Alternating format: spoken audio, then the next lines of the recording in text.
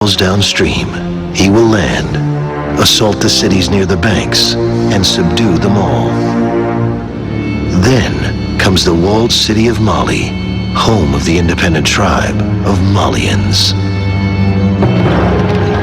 Alexander neared the city and thought to take it by storm.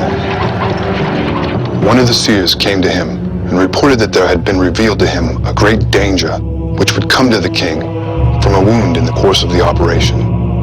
He begged Alexander to leave the city alone for the present and to turn his mind to other activities. The king scolded him for dampening the enthusiasm of the soldiers, and then, disposing his army for the attack, led the way in person to the city, eager to reduce it by force.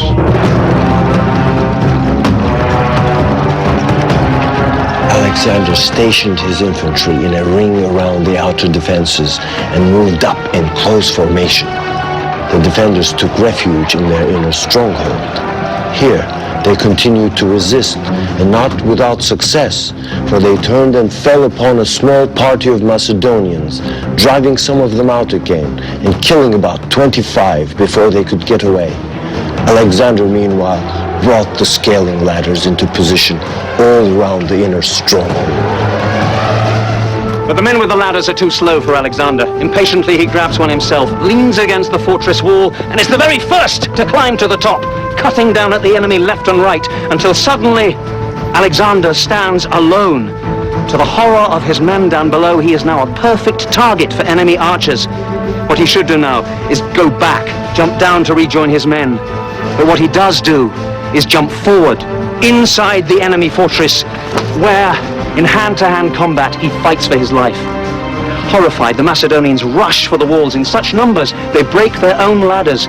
Only 3 of them manage to join him inside the fortress, including the bearer of Alexander's Trojan shield. 2 of the Macedonians are cut down by the enemy, and Alexander himself receives an arrow which penetrates his body armor and pierces his lung. The 4th Macedonian defends his leader with the great shield of Troy. Desperately, Alexander's army finally manages to scale the walls, and they witness an impossible sight. Their invincible leader lying on the ground in a pool of blood.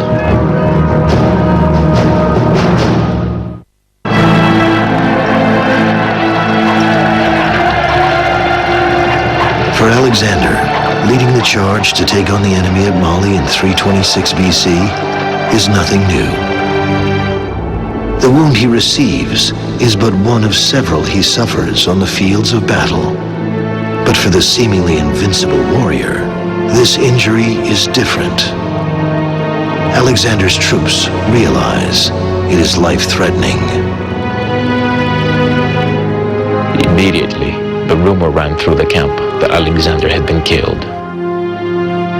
Meanwhile, his attendants, with great difficulty, sawed off the wooden shaft of the arrow and thus succeeded in removing his breastplate.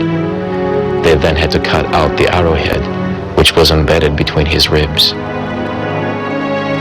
When it was extracted, the king fainted away and came very near to death.